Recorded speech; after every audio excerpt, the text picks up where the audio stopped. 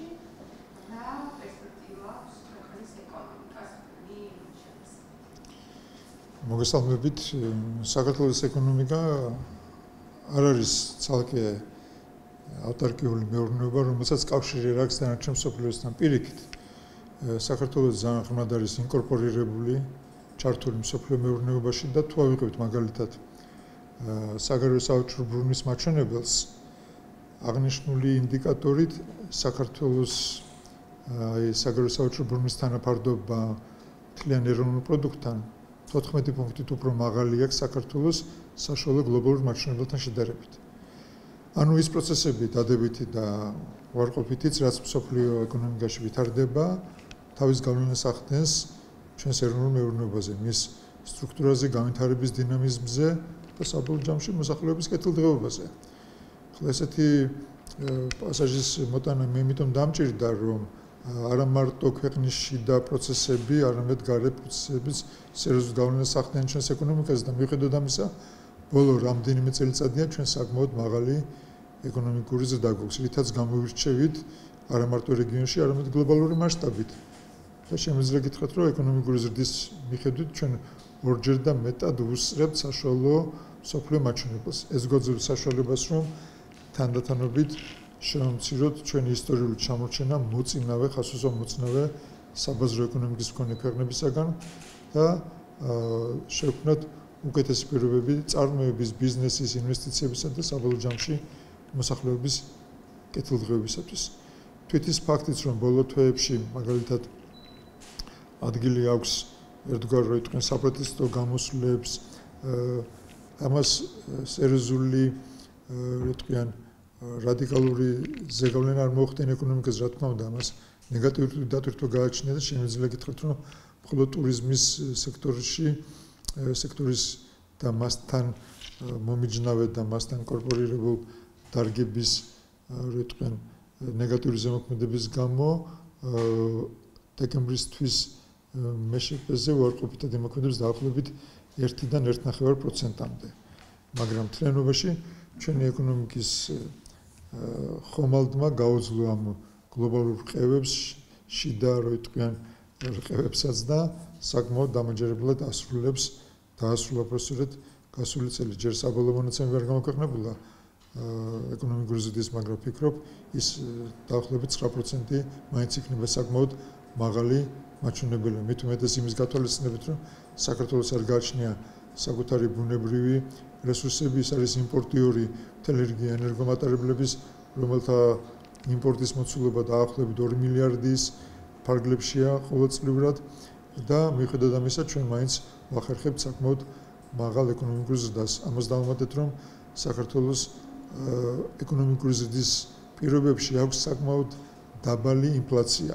ანუ რეალურ განზომილებაში, თუ ავიღებთ მოსახლეობის შემოსავლებისა და საშუალო ხელფასის დინამიკას, დავინახავთ, რომ როდესაც ეს შემოსავლები და საშუალო ხელფასი ორნიშნა ეკონომიკური ზრდის პირობებში არის, ხოლო საშუალო ინფლაცია წლიური დაახლოებით 2%-ის ფარგლებშია, ეს იძლევა იმის ობიექტურ საფუძველს, რომ დავასკვნათ მოსახლეობის რეალური შემოსავლები იზრდება.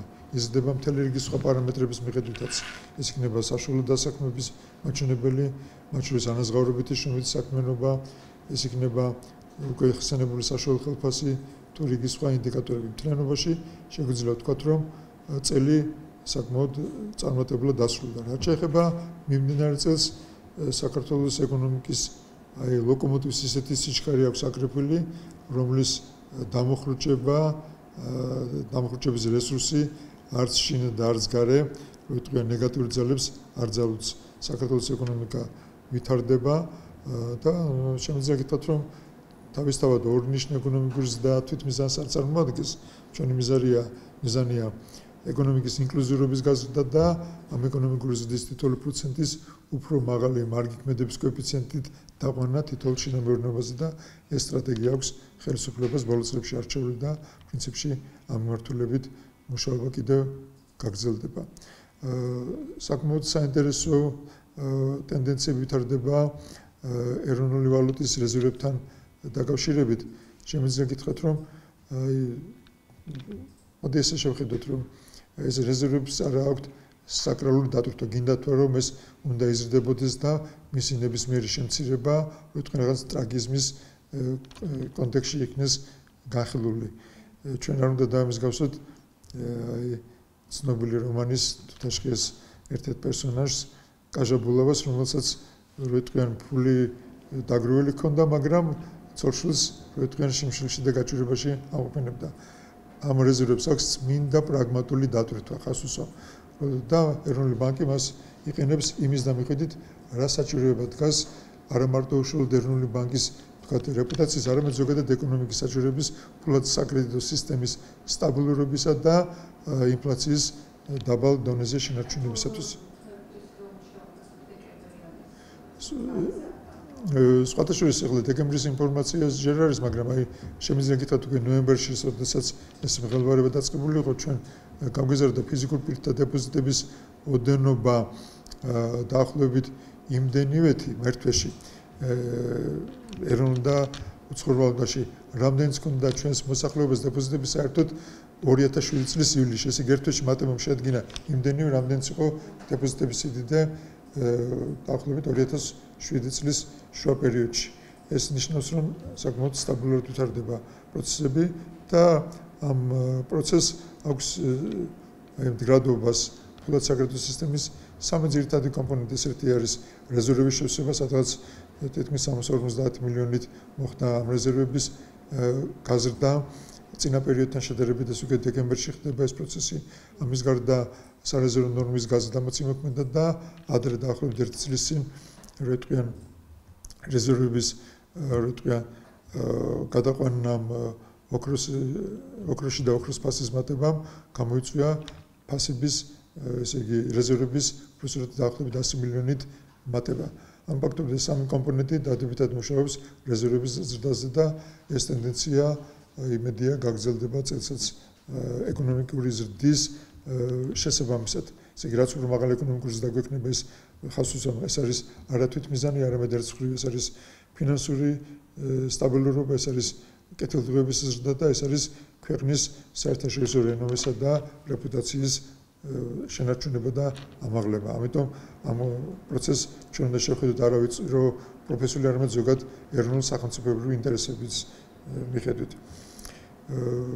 სხვათა შორის ბოლო დღეებში გაიჟღერა თითქოს რო თქვენ ფულადი რეზერვების აი რუსულ კომპონენტში, რუსული რუბლების ნაწილში მოხდა გაზრდა. ეს არის რო თქვენ რა დავარქვა ამას თითიდან გამოწვეული თუ უბრალოდ ჭიქაში ატეხილი კარეშხალი. თვითონ რუსეთიდან ნებისმიერი ტრანზაქციის მოცულობა თვითონ თვემდე მცირდება და დღეს ფაქტობრივად მათი მოცულობა დასულია 2022 წლის თებერვლამდე არსებულ მდგომარეობაზე. ანუ ფაქტობრივად ის რო თქვენ ჭარბი ფულადი მასის შემოსვლა დასრულებულია.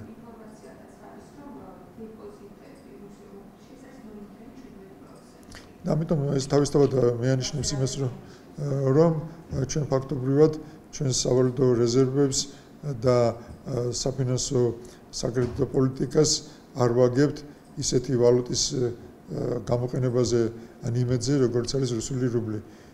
და მინდა ხაზი გავუსვა, რომ ბოლო პერიოდში წელიწადზე უკვე მეტია იზრდება დანარჩენი მსოფლიოდან კერძოდ აი 5 დიდი რო თქვენ დონორი სახელმწიფო, საიდანაც ფულად ტრანზაქციები საქართველოში მკვეთრად მატულობს, ეს არის ამერიკის შეერთებული შტატები, იტალია, საბერძნეთი, გერმანია და ისრაელი. ხოლო რუსეთის ფედერაციიდან შემოსული თანხები რო თქვენ თანდათანობით მცირდება და ამინოლების რეჟიმშია ის გამოსული. ამიტომ ჩვენი სტრატეგია ცალსახად არის რომ ვახდენთ ეკონომიკის დივერსიფიცირებას, გვაქვს საგარეო კავშირები დაახლოებით 140 სახელმწიფოსთან. საქართველოს ასრულებს მყარი საიმედო პარტნიორის როლს სატრანზიტო საკომუნიკაციო ურთიერთობებში არა მარტო მეზობლებთან, არამედ სხვა სახელმწიფოებთან და ეს საქართველოს უქმნის დამატებით ბონუსებს როგორც ფინანსური და ეკონომიკური კუთხით, ისე საერთაშორისო ავტორიტეტის მხრივ. ვფიქრობ, ეს ტენდენცია მიმდინარე 2025 წელს კიდევ გაგრძელდება.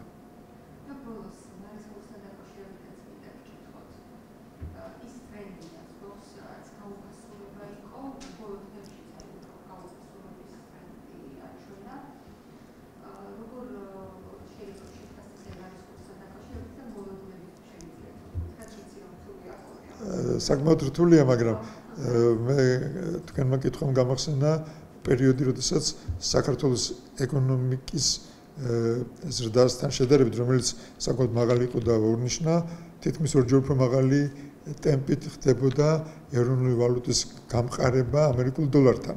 და მაშინ ეს მიჩნეული იყო როგორც ნორმალური და ესეთი კითხვები, რომელიც გარკვეულ შეშფოთების ელემენტს შეიცავდა, მაშინ არ დასრულდა. ესე იგი, ეს ჩვეულებრივი პროცესია. თვით ევროსა და ამერიკულ დოლართან შორის თქვენ საქანელას პრინციპით ყოფილა შემთხვევა, როდესაც ევრო იყო დაახლოებით $1 და 60 ცენტი და იყო შემთხვევა, როდესაც ევრო ჩამოვიდა სადღაც 85 ცენტამდე. ამიტომ ეს როდესაც დიდი გლობალურ ეკონომიკებზე საუბარი ესეთ ამპლიტუდის პირობებში რა გასაკვირია რა უნდა იყოს მოლოდნელი ისეთი მცირე ზომის ეკონომიკის მქონე სახელმწიფოს ვალუტისათვის როგორც არის ლარი, მაგრამ ლარი მაინც ამჟღავნებს სტაბილურობას, მდგრადობას და ეს არის მიღწეული როგორც ხელისუფლების გაზრებული ეკონომიკური საფინანსო პოლიტიკით, ისე საქართველოს როლისა და ფუნქციების ზრდით გლობალურ შრომის დანაწილებაში და რაზეც მე ჩვენი საუბრის დასაწყისში ვახსენე, რომ საქართველოს საკმაოდ არის ინტეგრირებული მსოფლიო ეკონომიკაში და მისი ეს ინტეგრირების ხარისხი გაცილებით მაღალია ვიდრე საშუალოდ მსოფლიო მასშტაბით.